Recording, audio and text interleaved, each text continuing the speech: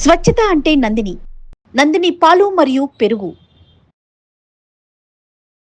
వాగర్థావివ సంపృక్తౌ వాగర్థ ప్రతిపత్తయే జగతః పితరౌ వందే పార్వతీ పరమేశ్వరౌ.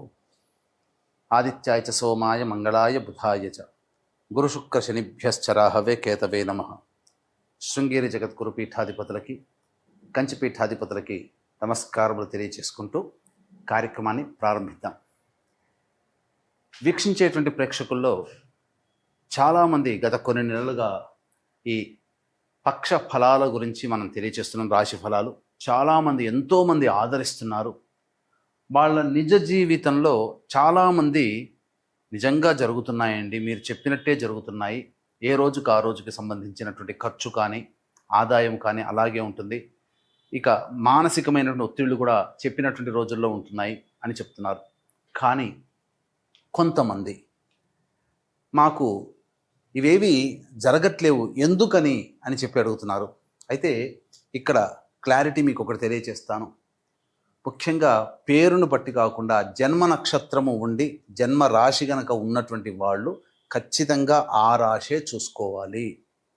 అది ఒకటి పాయింట్ గుర్తుపెట్టుకోవాలి. ఇక రెండో పాయింట్, చాలామంది ఈ జొడాయిక్ సైన్ సన్ ప్రకారం కనుక రవి ప్రకారం సూచించబడినటువంటిది. అంటే ఏంటి, జూలై 23 నుంచి ఆగస్టు 23 వరకు సింహరాశికి సంబంధించినటువంటి వాళ్ళు. ఈ జూలై 23 నుంచి ఆగస్టు 23 మధ్యలో పుట్టిన వాళ్ళు సింహరాశి చూసుకుంటున్నారు. అది తప్పు. మీరు పుట్టిన డేటు, టైము, ప్లేస్ను బట్టి మీకంటూ ఒక నక్షత్రము, ఒక రాశి ఉంటుంది. ఆ రాశి మాత్రమే చూసుకోవాలి. అయితే కొంతమంది మరి మాకు నక్షత్రాలు రాశులు లేవండి, మరి ఏంటి అన్నప్పుడు నామ నక్షత్రాన్ని బట్టి చూసుకోవాలి. అయితే ఇక్కడ కూడా చాలామంది పొరబడుతున్నటువంటి విషయం ఏంటంటే, ఉదాహరణకి లక్ష్మి అనే అమ్మాయి ఉంది. ఆ అమ్మాయి చూచే చోళ కాబట్టి లక్ష్మి అని అంటే అశ్విని నక్షత్రంగా భావించుకొని మేషరాశిగా భావించుకొని మేషరాశి ఫలాలు చూస్తున్నారు. కానీ ఆ లక్ష్మి అనే అమ్మాయికి తెలుసు తాను కన్యారాశిలో పుట్టాను అని చెప్పి. కన్యారాశి చూడకుండా నామనక్షత్రమైనటువంటి అశ్విని నక్షత్రం సూచించే లక్ష్మి అనే పేరుని సూచించే మేషరాశిని చూసుకోవడం వల్ల ఆ అమ్మాయికి ఫలితాలు తారుమారవుతాయి. కాబట్టి ఏతావాత చెప్పొచ్చేది ఏంటంటే, కంక్లూజన్ ఒకే మాటలో చెప్పాలంటే, మీకు జన్మ నక్షత్రము ప్రకారము జన్మ రాశి ఉంటుంది. ఆ రాశిని బట్టే చూడాలి తప్ప సన్ జొడాయిక్ సైన్ అనగా ఈ మంత్లో పుట్టిన వాళ్ళు ఈ రాశి అని చెప్పుకుంటారు కదా, అది తప్పు. అది ఫాలో కాకూడదు. అలాగే మీకు జన్మ నక్షత్రము జన్మ రాశి తెలియకపోతేనే అప్పుడు నామ నక్షత్రాన్ని బట్టి చూసుకోవాలి. ఇది క్లారిటీగా అందరూ గమనించగల ప్రార్థన. అప్పుడే ఇప్పుడు నేను చెప్పబోయే ప్రతి పక్ష ఫలాలు చెప్పబోయే ఫలితాలు మీకు దాదాపుగా 90% మీకు సూట్ అవుతాయని చెప్పవచ్చు. ఇక గమనించుకున్నట్లయితే 12 రాశులకి సంబంధించినటువంటి ఫలితాలు మనం తెలుసుకునే ముందు ఈ యొక్క జూన్ 1వ తారీఖు నుంచి 15వ తారీఖు వరకు గ్రహ సంచారం ఏ విధంగా ఉందో తెలుసుకుందాం.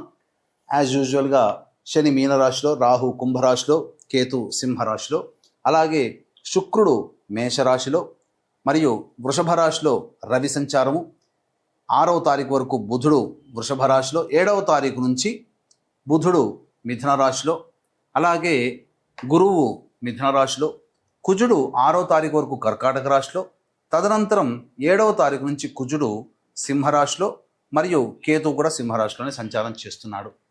కాబట్టి దీన్ని బట్టి ఫలితాలు ఆయా రాశుల వారికి ఏ విధంగా ఉండబోతుందో మనం తెలుసుకునే ప్రయత్నం చేద్దాం. ద్వాదశ రాశులలో భాగంగా 11వదైనటువంటి కుంభరాశిలో జన్మించినటువంటి వారికి జూన్ 1వ తారీఖు నుంచి 15వ తారీఖు వరకు ఏ విధంగా ఉండబోతుందో తెలుసుకునే ప్రయత్నం చేద్దాం.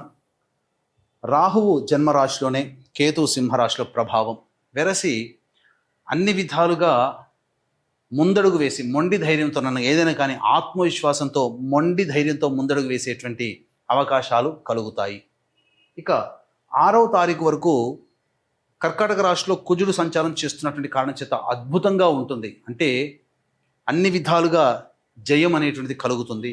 ముఖ్యంగా ఇతరులతో ఉన్నటువంటి సమస్యలు ఏవైతే ఉంటాయో అవన్నీ పరిష్కరించుకుంటారు.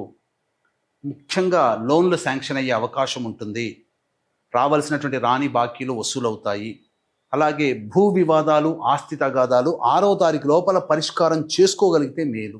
7వ తారీఖు నుంచి కుజుడు సింహరాశిలో సంచారం చేస్తున్నటువంటి కారణం చేత మొండి ధైర్యము ఆత్మవిశ్వాసం స్థానంలో అతి ఆత్మవిశ్వాసము అతి మొండితనము పెరగడం, ఈ కారణం చేత అందరినీ కూడా చులకనగా చూసేటువంటి స్వభావం పెరుగుతూ ఉండడము, మీరే గొప్ప అనే స్థాయికి వెళ్ళిపోవడము, ఈ కారణం వల్ల చాలా మటుకు ముందు ముందు భవిష్యత్తులో సమస్యల వలయంలో చిక్కుకునే సంఘటనలకి మీరు పునాది వేసుకుంటారు. కాబట్టి తగ్గి ఉండే ప్రయత్నం చేయండి. ఇక 2వ రాశిలో శని సంచారం చేస్తున్నటువంటి కారణం చేత మీనరాశిలో ప్రధానంగా ధనపరమైనటువంటి విషయాల్లో కాస్త జాగ్రత్తలు పాటించండి. మీ దగ్గర ఉంది కదా అని చెప్పేసేసి ఎవరికి పడితే వాళ్ళకి అప్పుగా ఇవ్వడమో లేకపోతే సహాయం ద్వారా మీ డబ్బుని కోల్పోతారు. ముఖ్యంగా కుటుంబ పరముగా అనగా కుటుంబానికి సమయం కేటాయించలేని పరిస్థితి కలుగుతుంది. ఇక శుక్రుడు మేషరాశిలో సంచారం చేస్తున్నటువంటి కారణం చేత నూతన వ్యక్తులు పరిచయం అవుతారు, నూతన స్త్రీలు ముఖ్యంగా పరిచయం అవుతారు. అలాగే ఇతరుల సహాయ సహకారాలతో మీ పనులన్నీ చక్కబెట్టుకుంటారు. ముఖ్యంగా అన్ని విధాలుగా ఒక ఆనందదాయకంగా గడపడానికి మీరు మార్గాలు ఏర్పరచుకుంటారు. అలాగే మీ యొక్క హోదాకి మించి ఖర్చులు కూడా పెట్టే అవకాశం ఉంది. అంటే హోదాకి తగ్గట్టుగా హోదాని ప్రదర్శించడం కోసం అనవసరమైన ఖర్చులు కూడా పెట్టే అవకాశాలు గోచరం అవుతుంటాయి. ఇక 4వ స్థానంలో ఈ యొక్క బుధుడు 6వ తారీఖు వరకు సంచారం చేస్తూ ఉండడం, ఈ కారణం వలన మీ తెలివితేటలతో అన్ని సమస్యల్ని పరిష్కరించుకోగలుగుతారు. ముఖ్యంగా ఉద్యోగంలో రాణింపు ఉంటుంది, ఇంటర్వ్యూలో ఉన్నటువంటి వాళ్ళు సెలెక్ట్ అవుతారు. పోటీ పరీక్షల్లో ఉన్నటువంటి వాళ్ళకి 6వ తారీఖు లోపల కనుక ఉంటే ఖచ్చితంగా మీరు ఊహించిన దానికంటే అధిక శాతంతో ఉత్తీర్ణత శాతాన్ని పొందుతారని చెప్పవచ్చు. అయితే అర్ధాష్టమ రవి ప్రభావం చేత చేస్తున్నటువంటి వృత్తి ఉద్యోగ వ్యాపారాల్లో కొన్ని ఒడిదుడుకులు ఈ రవి వృషభ రాశిలో సంచారం చేస్తున్నటువంటి కారణం చేత పొందే అవకాశం ఉంటుంది. ముఖ్యంగా ప్రభుత్వపరమైనటువంటి దండనలు విధించే అవకాశం ఉంటుంది. ఈ కుంభరాశిలో జన్మించినటువంటి వారికి వాహన చలాన్లు పడేటువంటి అవకాశాలు ఎక్కువగా ఉంటాయని చెప్పవచ్చు. ఇక 7వ తారీఖు నుంచి బుధుడు మిథున రాశిలో సంచారము, ఇది మీ యొక్క సామర్థ్యాన్ని తక్కువ చేసే విధంగా ఉంటాయి. మీ తెలివితేటలు పనికి రాకుండా పోతాయి. అంటే సరైన నిర్ణయాలు తీసుకోలేకపోతారు. స్పాంటేనియస్గా సమయస్ఫూర్తితో మీరు వ్యవహరించలేకపోతారు. తద్వారా కొన్ని ఇబ్బందికర పరిస్థితులు. అట్లాగే స్పెక్యులేషన్ రంగంలో ఉన్నటువంటి వాళ్ళు మీరు మొట్టమొదట కరెక్ట్గానే ఊహిస్తారు, కానీ నిర్ణయం తీసుకోవడం వల్ల ఆ స్టాక్స్లలో డబ్బుల్ని ఎక్కువగా నష్టపోతారు. అంటే డబ్బు ఖర్చు కాదు, అంటే ఇక్కడ జరిగేటువంటిది ఏంటంటే మీ నిర్ణయం వల్ల మీకు అధిక లాభం వచ్చేది కాస్త లాభం రాకుండా ఉంటుంది. ఆ లాభం తగ్గిపోతే నష్టమే కదా. ఇక మిథున రాశిలో గురు సంచార ప్రభావం మీకు సంపూర్ణముగా అన్ని రంగాలలో ఉన్నటువంటి వారికి దైవ అనుగ్రహం కలుగుతుంది, మద్దతు ఉంటుంది, అదృష్టం కూడా ఉంటుంది. కానీ ఒక గ్రహం మీకు అనుకూలంగా ఉంటే మిగతా గ్రహాలు అనుకూలంగా ఉంచాలి కదా. కాబట్టి మీరు మిగతా గ్రహాల యొక్క అనుగ్రహాన్ని పొందే ప్రయత్నం కూడా చేసుకుంటే చాలా మంచిది. అదృష్ట రూపంలో దైవం మీకు తోడ్పాటు సహాయ సహకారాలు మీకు అందిస్తాయని చెప్పవచ్చు.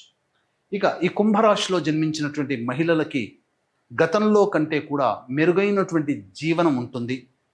మీ హోదా పెరుగుతుంది, హోదాకి తగ్గట్టుగా మీ ఖర్చులు పెట్టాల్సినటువంటి పరిస్థితి వస్తుంది. అలాగే విలువైనటువంటి వస్తువులు, ఆభరణాలు, గృహోపకరణాలు కొనుగోలు చేస్తారు, ఆస్తిపాస్తులు పెంచుకుంటారు, స్థల రిజిస్ట్రేషన్ కూడా జరిగేటువంటి అవకాశం ఉంటుంది. ముఖ్యంగా సంతానం కోసం ఎదురు చూసేటువంటి మహిళలకి చక్కటి వార్త వింటారు. అలాగే వివాహం కావాల్సినటువంటి అమ్మాయిలకి వివాహ సంబంధాలు కుదురుతాయి. అన్ని విధాలుగా యోగదాయకంగా ఉంటుంది అని చెప్పవచ్చు. ఈ యొక్క 1వ తారీఖు నుంచి 15వ తారీఖు వరకు రోజువారీ కార్యక్రమాల్లో ఏ విధంగా ఉండబోతుందో తెలుసుకునే ముందు మహాజ్యేష్ఠ పౌర్ణమి, జ్యేష్ఠమాసము బుధుడు అధిపతి, ఆ రోజు బుధవారము బుధుడు అధిపతి, మరియు ఆ రోజు జ్యేష్ఠ నక్షత్రము, నక్షత్రానికి అధిపతి బుధుడే. ఇది మహాజ్యేష్ఠ పౌర్ణమి అని చెబుతారు. ఈ రోజున ఏ దేవతని మనం ఉపాసన చేస్తే ఆ దేవత యొక్క సంపూర్ణ దివ్య అనుగ్రహం కలుగుతుంది. కాబట్టి మన యొక్క జీవితంలో జరిగే మంచి చెడు, కష్టము నష్టము, సుఖము దుఃఖము అన్నీ నవగ్రహాల యొక్క ప్రభావం వల్ల కలుగుతాయి. ఆ నవగ్రహాల దశాంతర దశల యొక్క ప్రభావం వల్లనే మనకు కొన్ని సంఘటనలు జరుగుతూ ఉంటుంటాయి. కాబట్టి ఇట్టి నవగ్రహాల సంపూర్ణ అనుగ్రహం మనకు కలగాలనేటువంటి యొక్క సదుద్దేశంతో ఆ 11వ తారీఖు జ్యేష్ఠ పౌర్ణమి రోజున, మహాజ్యేష్ఠ పౌర్ణమి రోజున సంపూర్ణ నవగ్రహ శాంతి, అలాగే జాతకరీత్యా విద్య, వివాహ, ఉద్యోగ, దాంపత్య, అనారోగ్య సమస్యల నివారణకై సర్వదోష నివారణ పూజల హోమాలు మీ గోత్రనామాదులతో జరిపించి శక్తిపాతము చేయబడినటువంటి కరుంగలి మాల మీకు అందించడం జరుగుతుంది. అవకాశం ఉన్నవాళ్ళు కార్యక్రమ తదనంతరం కాంటాక్ట్ చేసి మీ గోత్రనామాదులు నమోదు చేసుకోవచ్చు. 1వ తారీఖు, 2, 3, 4 తారీఖుల్లో జీవితం చాలా గొప్పగా ఉంటుంది. అన్ని విధాలుగా ఆనందదాయకంగా ఉంటుంది.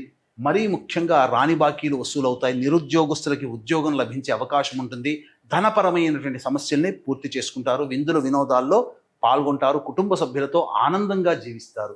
5, 6 తేదీలలో ఖర్చులు అధికంగా ఉంటాయి. మానసిక ప్రశాంతత లోపిస్తుంది. అనవసరమైనటువంటి వివాదాల్లో తలదూర్చుతారు. ఏ పని చేయాలన్న ఆసక్తి ఉండదు. ముఖ్యంగా ప్రశాంతత లేని జీవితం గడుపుతారు. 7, 8, 9 తారీఖుల్లో సంతానం మూలకంగా ఖర్చులు, సమస్యలు పెరుగుతాయి. విభేదాలు పెరుగుతాయి. అలాగే వృధా కాలయాపన జరుగుతుంది. ఆస్తి గొడవలు పెరుగుతాయి. ముఖ్యంగా ధనము కూడా బాగా ఖర్చు అవుతుంది అని చెప్పవచ్చు. 10, 11, 12, 13, 14 తేదీల్లో వృత్తి, ఉద్యోగ, వ్యాపార రంగంలో ఉన్నటువంటి వాళ్ళకి మంచి స్థితిగతులు కలుగుతాయి. అధిక ధనాదాయం చాలా చక్కగా ఉంటుంది. మీ అవసరాలకి, ఖర్చులకి మించిన ఆదాయం లభించడం ద్వారా చాలా సంతోషంగా ఉంటారు. ముఖ్యంగా ధైర్యంతో ఉంటారు. ఇక రాని బాకీలు కూడా వసూలవుతాయి. ఆనందంగా జీవిస్తారు. నిరుద్యోగస్తులకి ఉద్యోగం లభిస్తుంది. 15వ తారీఖు రోజున మాత్రం ఖర్చులు అధికంగా ఉంటాయి. అనవసరమైనటువంటి ప్రయాణాలు చేస్తారు. ముఖ్యంగా ఏ పని చేయాలన్నా ఆసక్తి ఉండదు. సరైన నిద్ర ఉండదు. సమయానికి భోజనం చేయరు. ఒక జిగ్జాగ్ లాగా ఉంటుంది. వృధా కాలయాపన ఎక్కువగా ఉంటుందని చెప్పవచ్చు.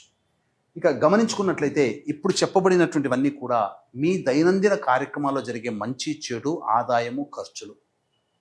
ఇక ఇంతకంటే ఇంకా మీ యొక్క జాతకం గురించి సంపూర్ణంగా తెలుసుకోవాలి అని అంటే దగ్గరలోని మంచి ఉపాసనా పరులైనటువంటి జ్యోతిష్యులని సంప్రదించి వారి సలహాలు, సూచనలు కనుక పాటించినట్లయితే మరింత మెరుగైనటువంటి జీవితాన్ని పొందుతారని తెలియచేయవచ్చు. అలాగే మహాజ్యేష్ఠ పౌర్ణమి రోజున ఏ దేవత ఉపాసిస్తే ఆ దేవత అనుగ్రహం సంపూర్ణంగా ఉంటుంది. కాబట్టి మనల్ని నడిపించేది నవగ్రహాలే కావున సంపూర్ణ నవగ్రహ శాంతి, జాతకరీత్యా కలుగు అన్ని రకాల దోష నివారణకి సర్వదోష నివారణ హోమాలు అనేటువంటివి జరిపించి శక్తిపాతం చేయబడినటువంటి కరుంగలి మాలని మీకు అందించడం జరుగుతుంది. అవకాశం ఉన్న వాళ్ళు ఆ 11 జూన్ తారీఖు రోజున 9 గంటలకు ప్రారంభమవుతుంది. కాబట్టి ఈ లోపల నమోదు చేసుకోండి. మ్యాక్సిమం 8 గంటల లోపల ఆ 11వ తారీఖు రోజునైనా నమోదు చేసుకునే ప్రయత్నం చేయండి. సర్వం శ్రీ ఉమామహేశ్వర పరబ్రహ్మార్పణమస్తు.